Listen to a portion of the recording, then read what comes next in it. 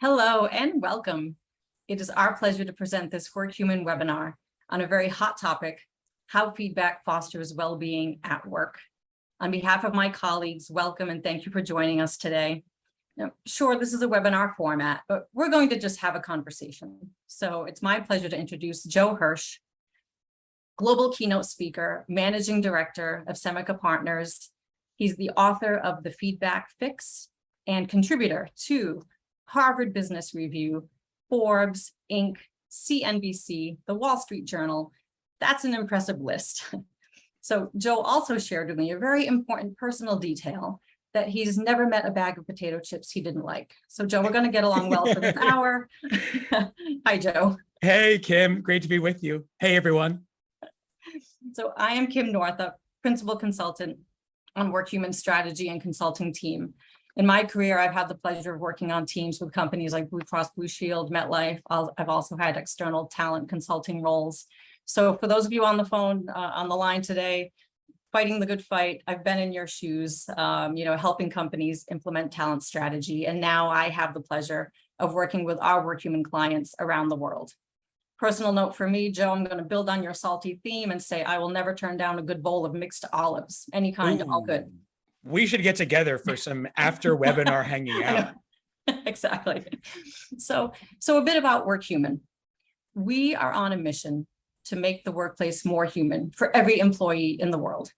So for over 20 years, we have been creating cultures of connection and feedback. So our solution supports approximately 7 million employees in 30 languages, 180 countries.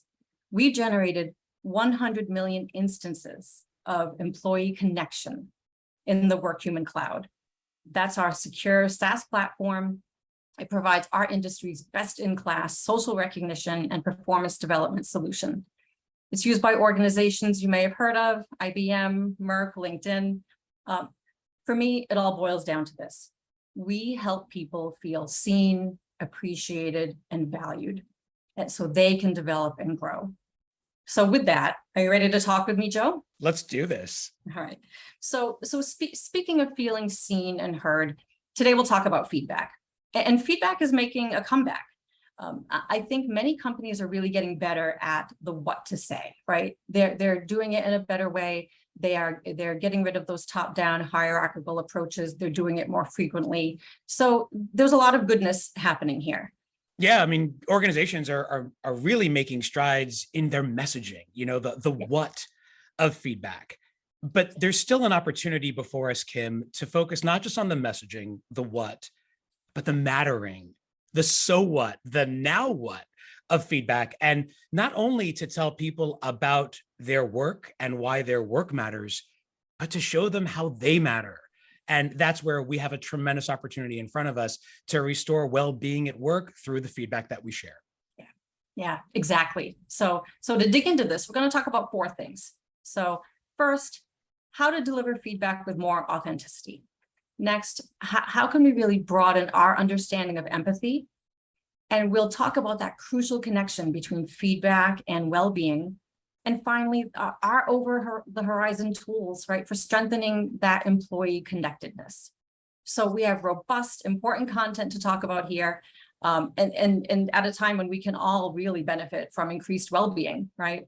So let's start at the beginning and talk about why feedback is so personal and so important to our well-being. And Joe, I know you don't just deliver talks and write books on this. You've lived this, right? Yeah, and we've all lived it to some extent. And in fact, feedback is something we live with every single day. It's the kind of thing that follows us around to work, to our homes. It's that silent partner that is beside us every step of the way. And yet for something that is so much a part of the human experience, it often doesn't feel very human. And I had that experience myself early in my career. I was working at an organization that I loved, doing work that I loved. And things were going pretty well. I was making important strides in my career. I was impacting my colleagues in a positive way. And I felt like I was really growing in my role. And then, Kim, something changed. A few years into my career at this particular job, things started to slip. I couldn't really put my finger on it, but I noticed that my relationships weren't the same as they were before. My work wasn't as good as it was before. Something had shifted, but I wasn't able to put my finger on it. And it became clear that the feedback that I should have been getting was not arriving. And part of that was my fault. I had an aversion to feedback, not wanting to convert it. I was trying to just avert it. And because of that, I was definitely missing important pieces of information about myself and about my work that might have made a positive change had I received it.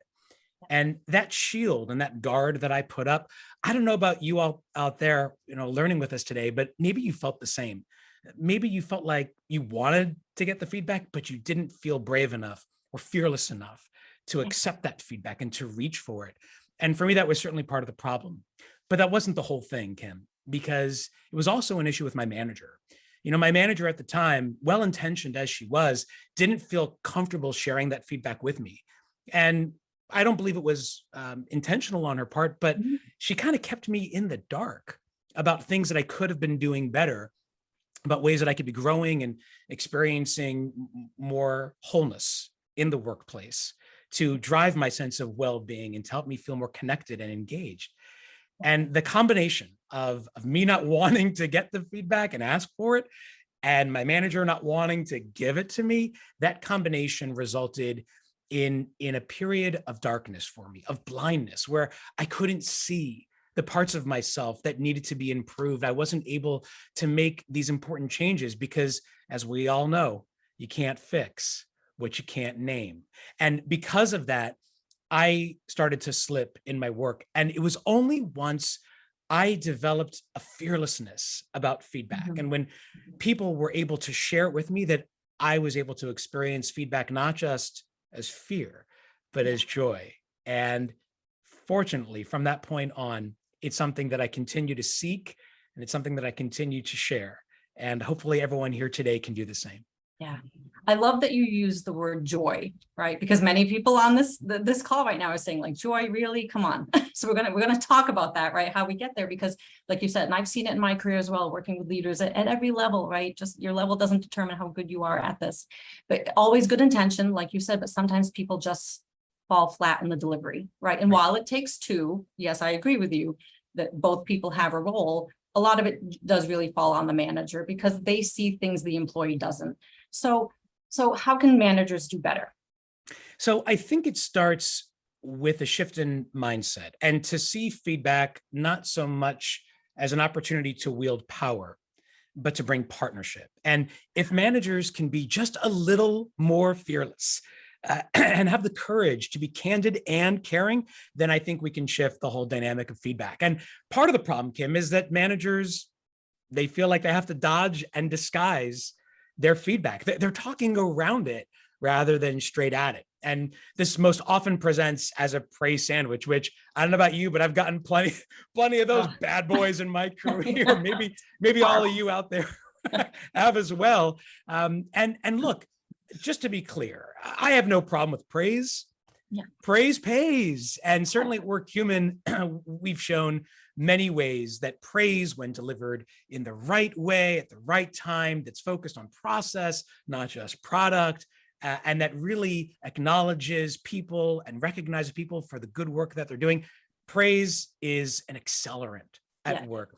The problem with the praise sandwich, Kim, is the sandwich because research shows us, and our own lived experience confirms, that when we talk in code, problem or praise, problem, praise, kind of sandwiched all together like that, that there's two real issues and two missed opportunities. The first is that we dilute our message.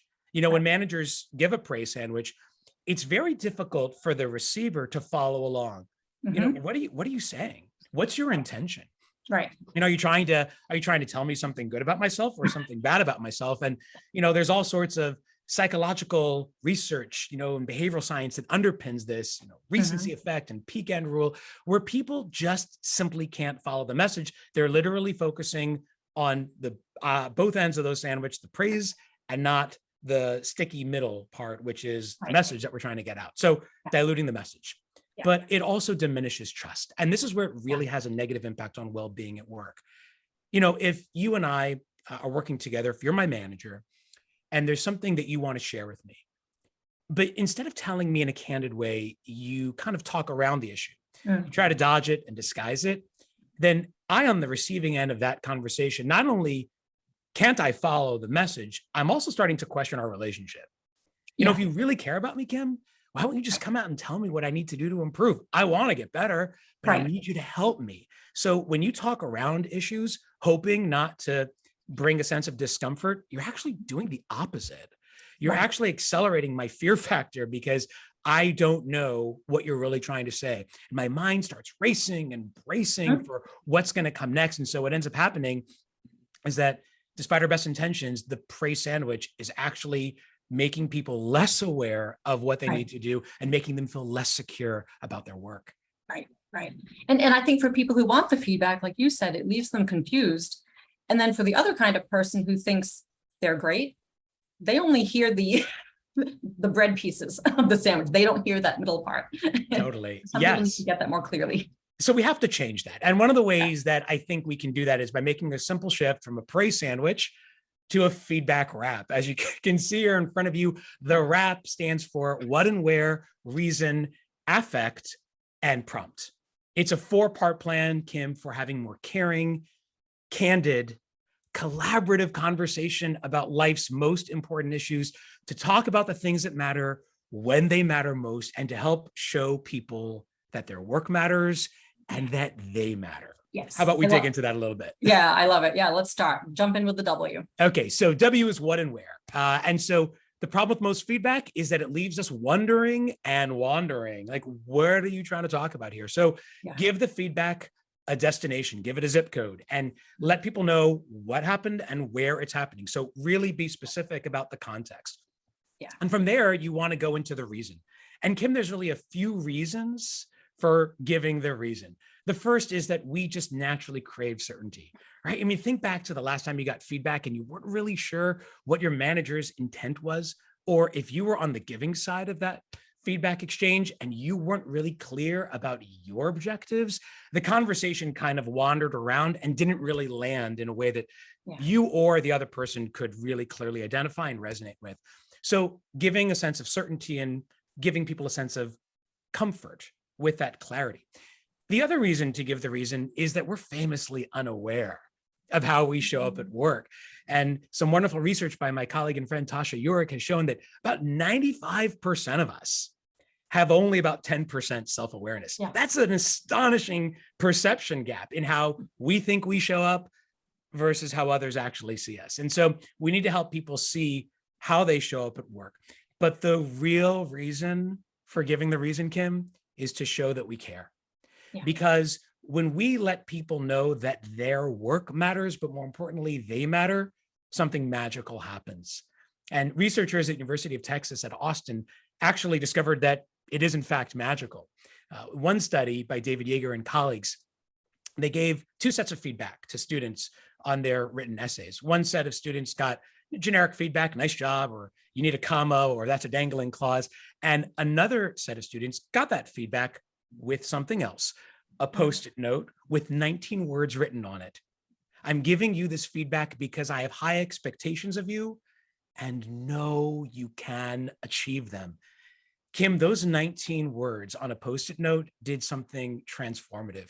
The students who got that Post-it note with that feedback, more than 70% of them voluntarily revised their essays, and 90% of those students that did that actually got higher grades than the group that got generic feedback. It's an accelerant of our progress because it makes us feel restored. When we know that people care about us, we care about ourselves and our work. So show them that you care by giving them a sense of what's happening, where it's happening, and the reason for why you want to have the conversation. That does, and that sounds and it feels magical. See, you said we get to the joy. Here we go. Yeah, and that brings us to the affect, which is a huge shift in how these conversations take place, because it gets to really a universal human truth. And people can argue with what we say, but they can't really disagree with how we feel. And in this stage of the feedback wrap, we want to move from blaming to naming. We want people to not just focus on the mistakes and missteps, but the larger impact that their actions had on others. So as the feedback giver, I would shift from you statements, you didn't do this, or you did this, or you should have done this, to I statements. I felt badly that, or I realize now that, or I acknowledge that. And by positioning this in a larger context, we help de-escalate the tension, the fear, and the recrimination that all too often plagues our conversations, and moves the conversation to safer, sturdier ground where people can actually feel more whole. Right, right. Yeah, it's less adversarial. Totally. Exactly. Yeah, it's less stressful, right? More Totally. well-being. Yes. Okay. And that's where the real magic happens at the end. And that's the prompt, because here's where we make the most important shift of all and move away from the telling and the selling and start engaging in listening and learning, because this is where we start acting like a mirror holder whose job it is to enlarge and expand the view of another person rather than forcing change upon them, a change that we think is best for them, not that is best for them. And this is where we start to create partnership, and we give people a chance to suggest their next steps, to plot their path of progress. And Kim, I can't tell you how many times I've seen this, where when people are given the chance at the end of this conversation of talking about the what and the where and the reason and the affect and the impact, and then they get the chance to speak into their next steps, they feel renewed, they feel restored, they feel ready to act. And there is no greater agency booster than giving people the chance to actually become their best agents of change. So what and where, reason, affect, prompt, if we do this, we're going to make important shifts from blame to contribution, from power to partnership, from ratings to relationships, and most important of all, from the past, which we can't change, to the future, which people can. Right, right. So important. I love that frame. It's a great way to talk about how to deliver the feedback, right? Attending to safety and all of that. So with that, let's look at some data on this, right? So our Workhuman IQ team has uncovered insights, right, into the business impact of feedback and how it impacts well-being. We know, as we see on the slide here, that employees who participate in regular check-ins are more engaged, and that contributes to well-being, right? So we call this the Workhuman cloud effect. Regular check-ins and feedback with a manager increases employees' sense of trust and sense of belonging, right, by 10% or 20% respectively. So that right there is amazing. There's also an impact on that ENPS, that employee net promoter score. How willing is someone to say to someone else, yeah, come work here, it's a great place to work. So that those check-ins and the feedback from the managers really do have statistical impact. So next, there's the relationship. Again, we see this in our data that we run in our cloud, the interrelationship between check-ins and people setting priorities. Also, if they're giving and receiving feedback, if they are giving and receiving recognition, right? So how are all of these happening in our cloud to reinforce that? Finally, turnover, right? This is the last really compelling statistic that, as you can see on the slide, I won't read every bar to you, but if someone isn't getting recognized, they're not having check-ins with manager, if there's nothing happening, turnover can be over 13%, right? But what we see, even if just someone is getting brief recognition and they're checking in with their manager, just those two things can cut turnover in half. And as you can see, as you move toward the right of that slide, the more activity they have, the more they're checking in, the more they're setting their goals. They're not only receiving feedback, maybe they're then brave enough to give feedback to a colleague because they've built those relationships, right? And they're giving and receiving recognition. When all of those things start happening, turnover can drop to below 1%. So we all hear about the cost to companies, with turnover. That's, of course, a no-brainer. We know that. But there's also that individual toll that turnover takes. So even if someone is leaving voluntarily for career growth, there's still some stress in the situation, right? You're leaving your network, you have to go someplace new and learn new processes and all of that. So, but many times people leave because they feel like they're not seen or valued. Would you agree here, Joe?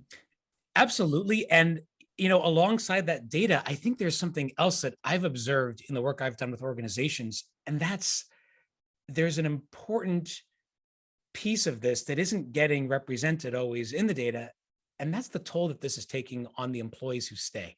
Yes.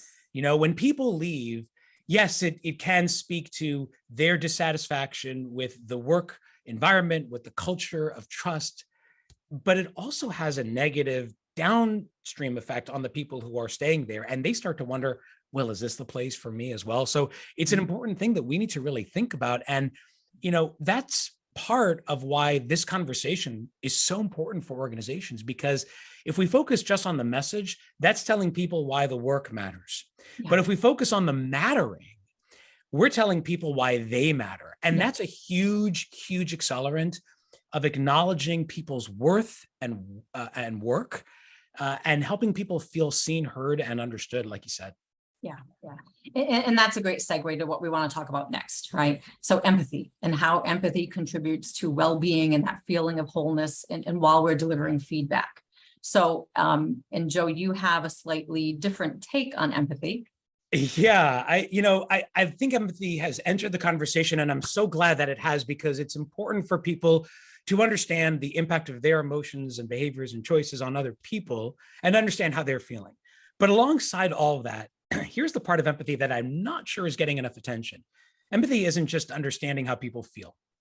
Empathy is recognizing people for who they are, for the work that they do, for the experiences and the expertise that they bring to the workplace. And if we aren't doing a good enough job of right-sizing our feedback to account for and acknowledge those differences in the workplace, then we're not having a truly diverse workplace where we are celebrating the full range of differences in the workplace, because those differences, they're the difference maker oftentimes in the work that we do and the services we provide. And here, Kim, it's really interesting to look at some of the research on what happens when we give feedback that is right-sized. There's one piece of research that I love because it speaks to the difference in work experience and work styles, the difference in feedback feedback has on experts as well as novices. Experts want something totally different from feedback. They want a sense of progress. They want to feel like they're moving forward in their work. Novices, on the other hand, people with less than 3 years of work experience, they just want a sense of reassurance. They want more coaching and context, whereas people who have a little more work experience, they want more clarity and candor. They want to know where to go forward, not just where to go. And so giving feedback that is specially designed to account for those differences, huge, huge accelerant. And the differences also show up in how men and women receive feedback as well. Oftentimes men are more inclined to just hear the feedback a little more straight, a little more focused, a little more forceful. But women like to understand the context, and so that they can engage in conversation along the way. And so if you're giving feedback to people, you have to really understand who they are, what they bring to the table. And if we do that, then empathy is something that is more than just understanding how people are feeling. It's also really recognizing them for who they are and what they're doing. And when we do that, then people really feel like they're seen and heard. Right. So should we begin teaching managers this, or should L&D departments in every company start offering courses on empathy? Yeah, I mean, look, I think empathy, the good thing about it is that it's something that doesn't need to be trained because it's kind of ingrained, right? And some studies actually point to empathy, the signature skill of feedback, but also of all human relationships, emerging at a very young age, even as young as toddlers. One of my favorite studies on this is the broccoli goldfish study. Researchers did two fabulous things. They brought a group of toddlers into the room. They were 18 months to 3 years old. And they put two bowls of food in front of the toddlers. One had broccoli, yuck, and the other was the goldfish crackers, which I don't know about you. My kids love that stuff. That was a game. That was like a total save, when you were out at the park or on a family trip, Right. like have that as your go-to. And so they put the two bowls of food in front of the toddlers. And Kim, what do you think the toddler chose? Oh, hands down, goldfish. Goldfish, right? And that's what researchers expected to happen. Yeah. But then they did something different. they started to eat from the bowls as well, except when they ate from the bowls of broccoli, they had the most satisfied looks on their faces. This broccoli is amazing. It's fabulous. And when they ate the goldfish, they had these disgusted looks on their faces like, oh, this is terrible. And then they watched the toddlers eat again from the bowls. And you know what 7 out of 10 toddlers did? Broccoli? Broccoli. Really? It's crazy because the power of mirroring is so strong, and what Yeah. we show matters just as much as what we say. We talked before about sharing because we're caring. Yeah. And here there's something else that goes into these conversations on empathy. Empathy is understanding who people are. And when you acknowledge who they are, right size your feedback in a way that accounts for those differences, but also is delivered in a way that can be most receptive for them. Yeah. And it's such an important thing because we learn so much just by looking. And we have to really keep that top of mind when we're engaged in these feedback conversations. So what about, I've been in situations where what I'm hearing someone say doesn't quite match what I'm seeing. So what do you think about that?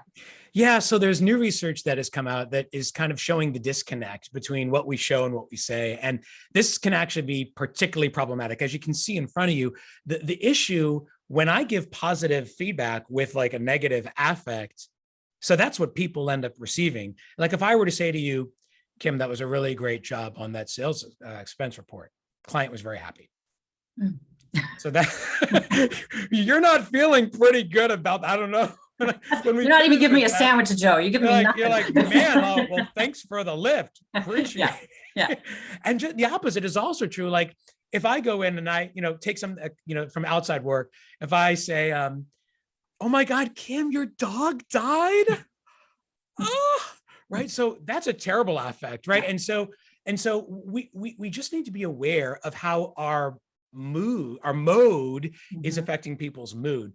And this mood connection is really important, that if we want our message to really stick and to really land with people, we have to show them that we know them. That's the empathy piece. Yeah. But we also have to show them really carefully, because if we're not adept and adroit at how we have these conversations, not just in terms of what we're saying, but what we're showing, people can get the wrong intention and end up with the totally wrong impression. Yeah. So that's focusing on the receiver of the feedback, right? But what about the giver of the feedback? Because sometimes there can be a cost on or a toll to the manager as well, right? Yeah. And this is really surprising. I was not fully aware of this until I saw some great research that came out describing the impact of feedback on the manager and the manager's ability to excel at work. And as you can see here, there's almost an inverse relationship between high empathy feedback givers and effectiveness at work. And here's what the researchers found. High empathy feedback givers, the people you probably want giving the feedback because they are sensitive and understanding and can put themselves into the mind and shoes of the other person, there was a silent cost to them. Because after engaging in feedback, and talking about tough, difficult pieces of information, researchers found that there was a temporary dip in the manager's effectiveness, their creativity, their ability to attend to tasks, their executive function. So this small dip repeated, over the course of a day can aggregate into a really big problem. So high empathy people become low productivity people, which is kind of astonishing. Now, the opposite was, also true, that people who may not have been as adept at putting themselves into the place of the other person, who may not be the highest empathy feedback people, they were fine at the end of those conversations, which, can maybe for those of you out there who are thinking to yourself, well, good news for me, because I don't need this empathy thing. I'm just going to keep being who I am. Keep rolling. Keep rolling. It's all good. But there's a problem here, because we want people to be able to identify with and feel a sense of connection with the person they're giving feedback to, but we also have to acknowledge that there's going to be a cost to them. And so we have to protect the protectors. Yeah. So what protective measures can managers or anyone giving feedback, right, even if it's peer to peer, what protective measures can they take? So there's a few really important things you can see here that managers can do. And this is what the researchers identified as a way to sort of fight back against this performance conversation paradox. The first is to just acknowledge that this is happening and to schedule a little more strategically, right? If you know that you're going to have a temporary dip in your ability to perform after having these tough conversations, then just build around that some sort of a buffer that doesn't put you into situations where your most important work is going to be following on the heels of these conversations. So, give yourself some strategic scheduling, and also give yourself some recovery time. If you can't strategically rearrange your calendar, which we can't always do, then just give yourself a sense of, okay, this happened. I need to just take a moment to reset and to regroup, and give yourself that momentary pause before you proceed. And the also thing, the thing that researchers identified, which I think is also an important piece of this, is to show a little self-compassion. All too often we're hard on ourselves. We say, at the end of the day, I didn't get to everything I did. I wasn't able to accomplish all my tasks. I felt good about giving candid and caring feedback to my team, but man, it took a toll on everything I wanted to do. And I also have goals and KPIs and metrics, and I also have a boss, and I need to perform too. So I just, now there's self-doubting. Yeah. But we need to show self-compassion and replace that out with compassion, because we are doing something in service of others, and to give ourselves a little bit of compassion in that process is a good thing. Yeah, absolutely. So I love these tips, and because so often the tips on feedback that we've all heard, right, focus on the receiver, right? How do I send my message in the way it lands? But I love your tips for the giver, just that self-compassion, keeping that in mind. Yeah. So what about, Joe? What about, again, those people who may not be so well versed at empathy? They may need some tips. Can you share what they can do to help to be better? Yeah, they're not yet great at exhibiting empathy in the workplace, right? Because we can all get better and we can all grow a little more, especially in this area. Like we said, empathy is a native force that resides within all of us. We just have to cultivate that. And some ways that we can do that, as you can see here in front of you, are to perform a little bit of self-checking, to look at yourself and to ask yourself, how is my relationship doing with my team? Am I saying things that are activating their sense of self, that are making them feel more whole, more energized, more restored? Or am I depleting and defeating the people I work with every single day? So little self-checking would be good. The other is to approach as a partner. And we talked about mirror holding before, about being a learn-it-all, not a know-it-all, and trying to enlarge and expand people's sense of self. And when people approach this way as a partner, that restores a tremendous sense of wholeness in the workplace. People literally feel better about themselves when they know there is someone standing beside them in their corner, helping them become the very best person they can be. So approach as a partner, and just the very fact that you are approaching that way will do wonders for the relationships. And the last thing, I think, if there's something that we can do to help cultivate our sense of empathy, is to shift our view. Instead of looking back at a past that people can't change and focusing on mistakes that cannot be corrected any longer, we should move towards the future. And this is where feed forward becomes such an important way of thinking about feedback. It's the shift to who people are becoming, not just who they are. And we don't ignore the past. We don't dwell on mistakes, but we have to acknowledge that things happened, but it's more important to look about not just what's happened, but what's going to happen next. And when we give people that sense of promise and purpose, when we look to the future, which still has the unfolding possibilities of change and improvement, that's a place where people can succeed. And that is where we ultimately want to shift the dynamics to change the tone and the trajectory of these everyday conversations. Right. And I think that also helps the receiver of the feedback too, because again, yes, we can't change the past. I want to tell you what happened, right? Using the RAP model, right? I want to tell you what happened, but when you shift to that forward focus, then it's like, okay, now what can I do with this, right? They're not leaving the conversation confused. You're helping them almost start that action plan, like, hey, and the next time we're in this situation, here's how we can do things a little bit differently. Yeah, and it drives the empathy, because feedback is no longer a landmine that is meant to blow up the path. Yeah. It's a landmark. It shows people where they are on the path. And that makes me feel, as the receiver of that kind of feedback, understood and encouraged and empowered to act, because I know that someone cares about me enough and trusts me enough to show me where to look, but not tell me what to see. Yeah, that's great. I love it. So remembering all of your tips, right, for givers and receivers, let's talk about some more data. So the Workhuman IQ team has more research on psychological safety, right? And that it is higher for employees who are really checking in with their manager more often. Again, we won't go through every row on this slide, but again, as you can see, the psychological safety increases with the frequency, right? So as you're working on the how, you won't be perfect, but as you're working on all of the lovely tips you've just shared, but frequency is really important. So when feedback is done right and it's done regularly, you're really building that foundation of trust, of safety, right? And it sets up a more positive manager-employee relationship. So when I say positive relationship, it doesn't always mean that all of your discussions will always be positive. Of course not. We don't grow through, we all like recognition. Like you said, I'll take praise any day, but it doesn't help us grow and tweak and fine tune.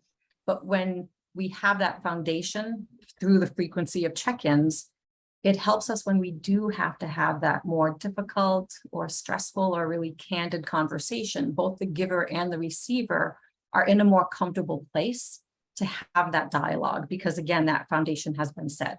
Yeah, Now, I love how you put that, Kim, because ultimately feedback is more than a report. It's a relationship. right. And the more we attend to these relationships with more frequent, more candid, more courageous and caring conversation, the better those relationships are going to be. Right. Absolutely. So there we go. We've given some tips. We've shown some data. So we want to transition now to the Q&A. So Joe and I will go through, we'll field the questions as best we can. As we look at the volume here, we may consolidate some questions to zone in on some themes. But some great questions coming in today. Fabulous. Yeah. So thank you.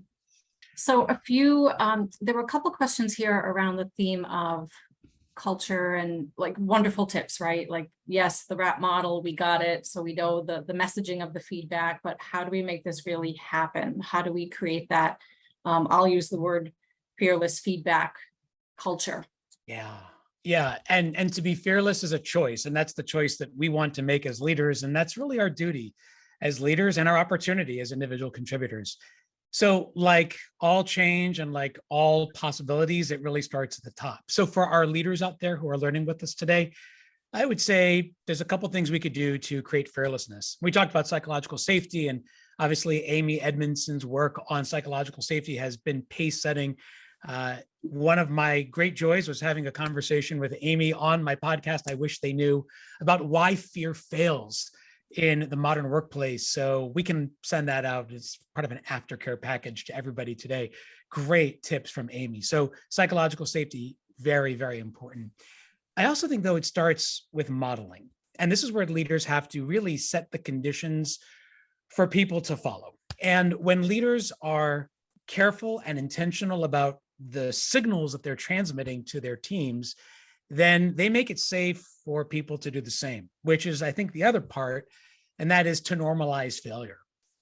When people see that it is safe to make mistakes and to make missteps, that's the moment when they feel like it's okay to continue to grow, because failure is a part of learning, and learning is key to growing.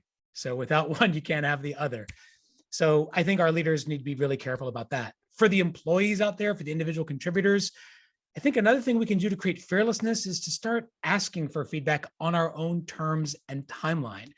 One of the things that the research has shown to be critical, and our experiences probably confirm the same, is that when we set the cadence for feedback, when we are brave enough and bold enough to adopt a feed forward approach and to look towards a future that we can still change, and enlist the support of our manager in that process by asking him or her for things we can do better, it changes the whole dynamic. And it's really about how we ask the question. It's something I work a lot with my clients on. Just asking for feedback, not always super effective, but asking for specific feedback at a specific interval, at a specific time and location, that can be really transformational. So there are things that we can do both as leaders and as employees to create fearlessness at work. Hopefully we will. Yeah, yeah. And we talk about 3 things at Workhuman all the time with our clients about mindset, skill set, and tool set, right? So mindset comes from the top. It's how we're embedding it in the culture. Skill set is a lot of what you shared with us today. For example, the RAP model, right? That's a great example of a skill set. And the tool set, again, the Workhuman Cloud giving feedback, one of our clients, so IBM, I mentioned them in the beginning, they shared publicly at Workhuman Live recently that when they started using our cloud for feedback, they saw a 10 times increase in feedback in the organization because it was about peer-to-peer and pushing that in the organization. Yes, it's important for managers to give feedback, but the real magic comes in when it's happening peer-to-peer and it's part of the culture.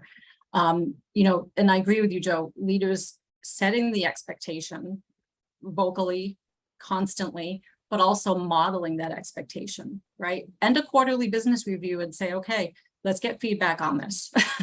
If you're using a tool, again, mindset, skill set, tool set, if you're using a tool, put it in there, making it part of your cadence, just part of your normal rhythms. Or again, at the end of those larger strategic business meetings, or even a team meeting, okay, there are some action items coming out of this. Let's set up some check-ins with each other to do this. Let's give each other feedback as we're going. So it doesn't become a scary, frightening thing. It's just, this is how we are. Feedback isn't a separate thing we do. It's the way we're doing our work along the way. It's part of our culture.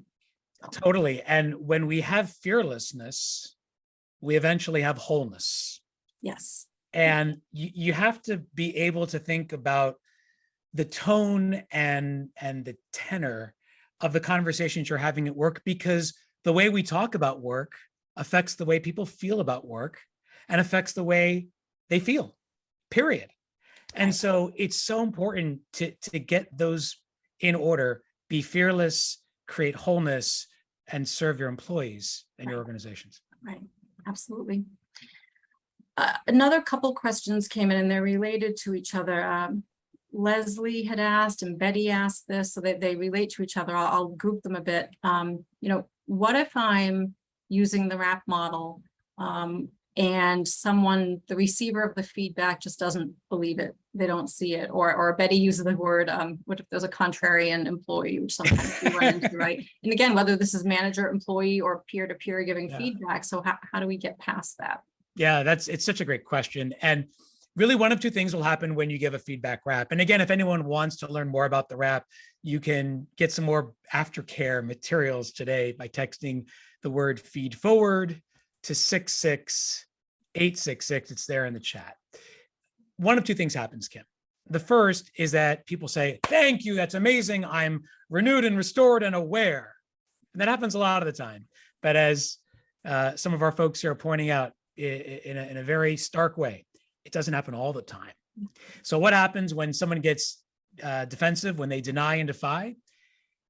Well, that's a good thing too. I've seen this happen a couple of times when I've workshopped this with leadership teams. That's good data. And that's important to remember, that if someone, after receiving feedback in this kind of a container, candor and clarity and compassion and collaboration, still resists, there's something else going on beneath the surface. So you're right. You are still back at a log jam. There's still a bit of an impasse in the conversation, but at least now you know more information, that this is not just about the way Johnny was talking over somebody in a meeting, or the fact that someone else's, Sally is late with expense reports, or John was rude in a client interaction. There's something more deep-seated here. And that's the key, is to know more about what's happening more of the time. Something else that can help too, again, what we see at Workhuman a lot with our clients is that, again, that peer-to-peer feedback is so valuable. So someone may, argue if a manager gives me feedback, or if one person gives me feedback, one of my colleagues, but if we run into that resistance, right? If the person doesn't see it, won't believe it, they're being contrary, it's like, okay, well, why don't you ask some other people? This could just be my view, ask others. Widen the right? circle. Right, because also that multiple views reduce that perception of bias, right? Like, oh, you think this and only you. But if I begin to hear it from other people, again, and that's the beauty in that, you know, the crowdsourcing the feedback, right? Or even with recognition, you know, if we're doing these other things, like we showed you in the stats, if you're building that foundation of trust, it may be more likely that someone is willing to accept it. So there's some groundwork to lay in there so that you run into those contrarian employees less frequently. But again, they're out there, or people may not see it. So yeah, can I get additional perspective? And then Totally. if I start to hear consistent themes. Yeah. And just more on that, Justine had a great question here about, you know, employees who don't seem to get it. Great question, Justine. And, you know, just to that point, if you were to ask the person, as you see, you know, the body language coming across really clearly that they don't get it, it seems like this isn't landing with you, or this isn't resonating with you. What am I missing here? Yeah. And just ask.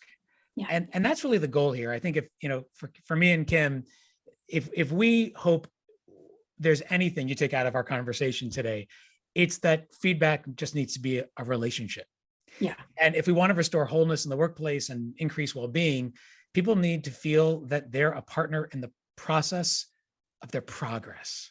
Right. And if you just ask them, like a lobby, like a volley game, like ping pong back and forth.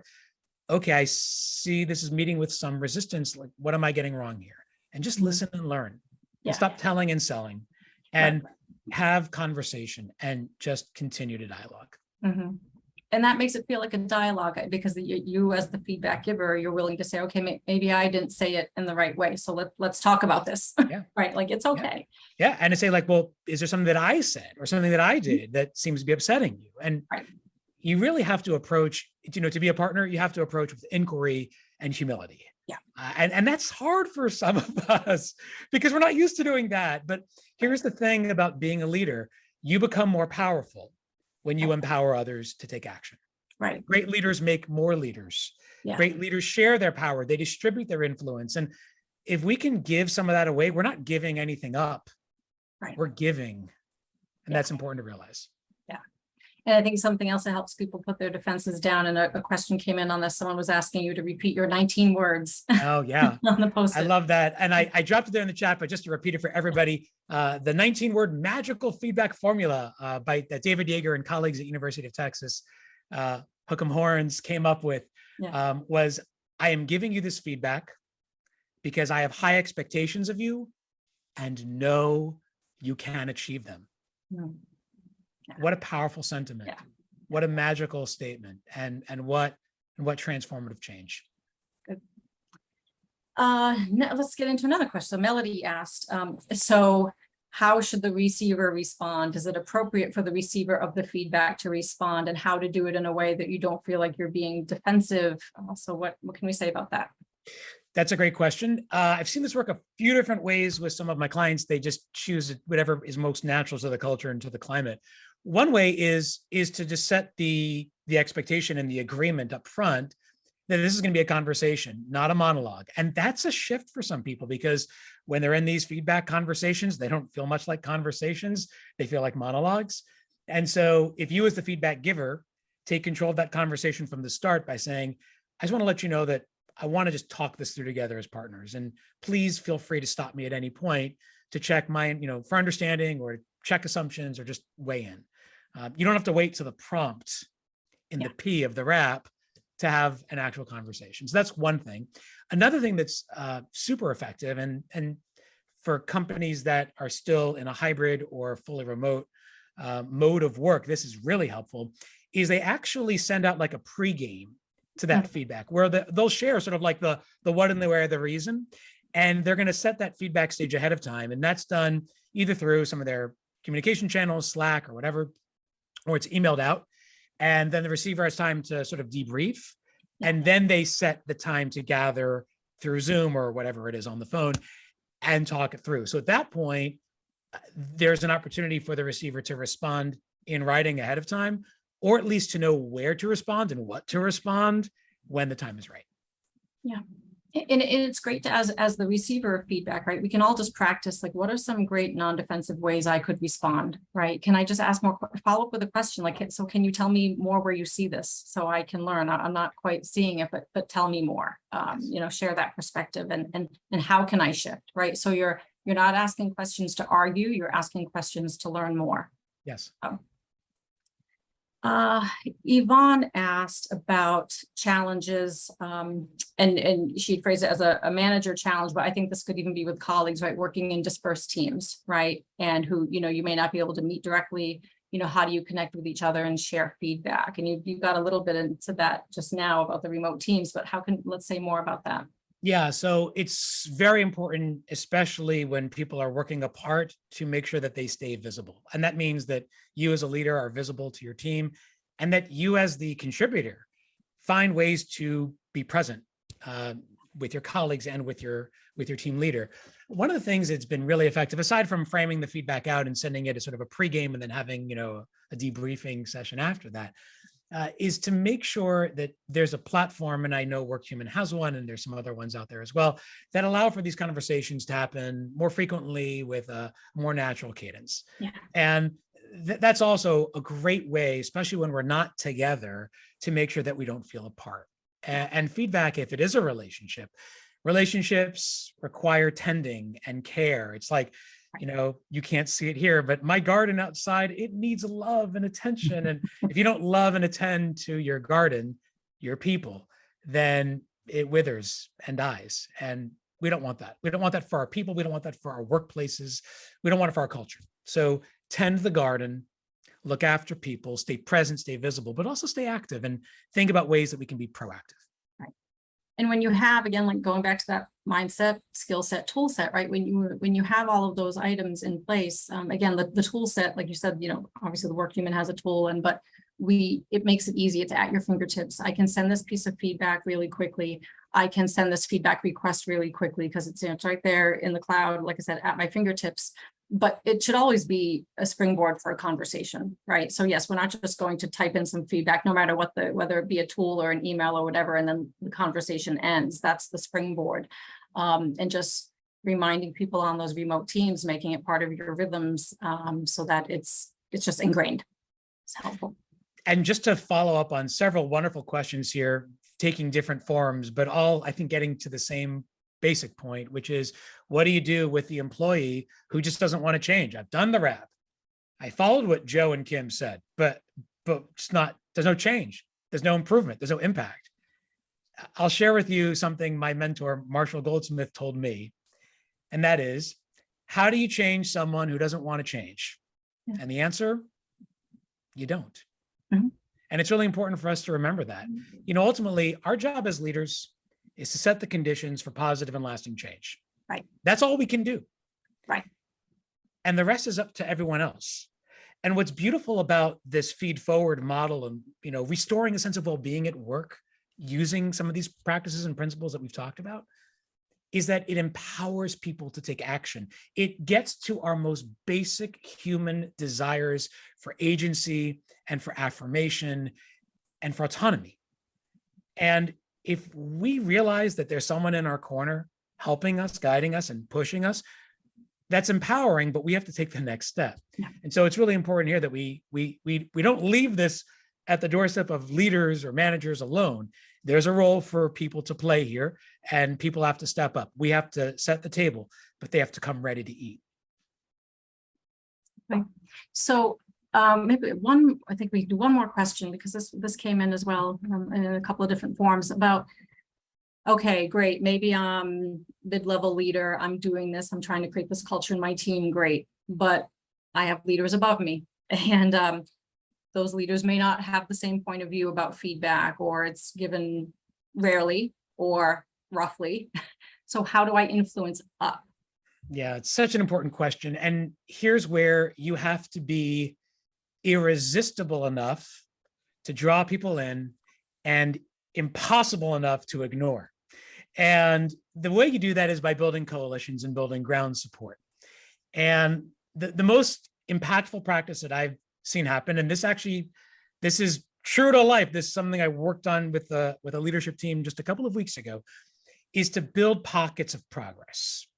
Yeah. And the more you can get the people around you to buy into these principles and practices about getting people to understand that fearlessness is about wholeness, and wholeness is about progress, and that people can't be their best until they feel their best. So if you do that and you start to build momentum and activity, you start to build a groundswell, Kim, and then you become irresistible to the people around you and impossible to ignore by the people above you. And if you think about it, what do managers want more than anything else? Smooth sailing, Yeah. right? No problems. And so if you create a movement, a micro movement within your teams, Yeah.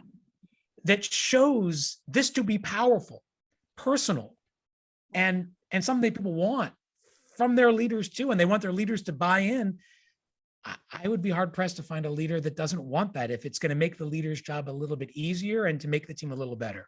Now, granted, there might still be people out there like that. Right. I suspect they're the minority, but if you're working with a reasonable boss, hopefully you are, Yeah. then build pockets of progress. Start with your warm market. Get people to enlist with you in this process of fearless feedback.